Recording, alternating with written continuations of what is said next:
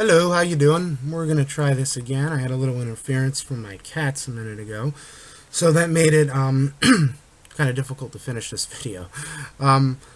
What I've chosen to do for the last project in this class is about biometrics in film. There's a video PowerPoint version of this.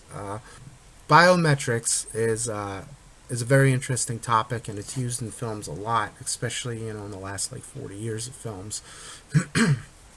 And there's a lot of different examples that are used in biometrics today in modern films, which is this assignment called for a more modern film version of biometrics. The first, what are biometrics?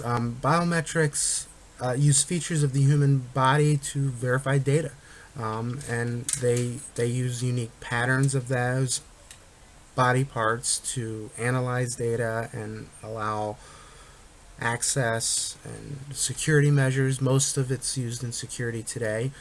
Popular versions, which you'll see in some of the films I'm going to mention, are retinal scanning, palm and fingerprint, and then of course voice recognition.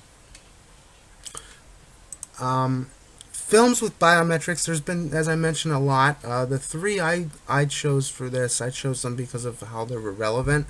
And you should probably take note that, a lot of the movies that are going to use biometrics, they're not, they're science fiction, so they have some dramatic interpretations of the science, so they don't necessarily accurately represent them, but they do represent the potential.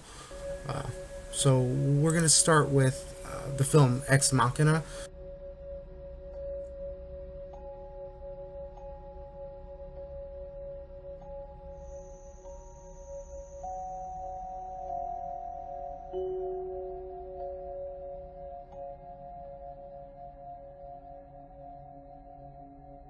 which came out a few years ago. Great film.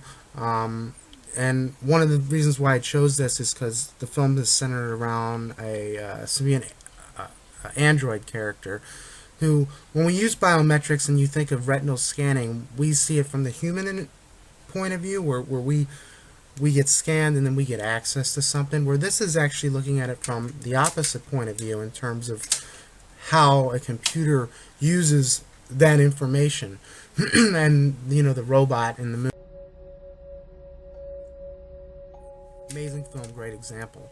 The next is the Star Trek franchise, and the Star Trek franchise is by far the most popular version of how biometrics is used in film. Now, I'm using the franchise. I mean, there was a movie that came out like a year ago, and another one that came out 4 years ago, and there's a current show, but it's the older stuff. It's the older stuff from the films and the shows that really show examples of biometrics. And it's funny too, because the films from and the shows from the 60s, 70s, 80s, and even 90s made it look like science fiction, but a lot of that stuff is used today. One example is a security protocol that they use, where they have to do both a hand and a retinal and a voice identification, and I'm going to show you this example here real quickly here.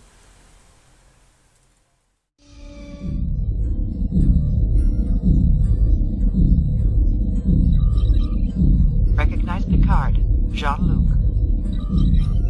Recognize Riker, William T. Initiate auto-destruct sequence. Does Riker, William T. concur? I do. Initiate auto-destruct sequence.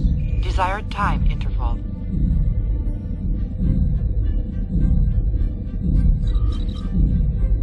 Initiate auto-destruct.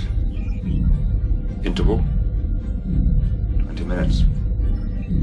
20 minutes to auto-destruct. Overall, it's a great example of probably one of the best examples of it. I mean, it kind of an extreme example, but a good example of how layers of security can be added to biometrics. Finally, last but not least, I wanted to do a personal fun film, the latest Resident Evil movie. It was called Resident Evil: The Final Chapter, and overseas they just call it like Resident Evil 7 or something like that, because it's definitely not going to be the last movie. But why the Resident Evil movies are really cool is because they deal with biometrics on a completely blown away futuristic level where people are actually bioengineered, so their DNA is unique, different from other humans, where they have access to security features that use biometrics that they can get into that no one else can. And I thought that was a really cool example for how biometrics is used in film. The film doesn't really touch up too much on biometrics, but the overall theme to the film is actually really rooted with biometrics. And so these were all great films. Thanks for watching. I've included some information about the films in here. Have a great week, and once again, thanks for watching. Bye.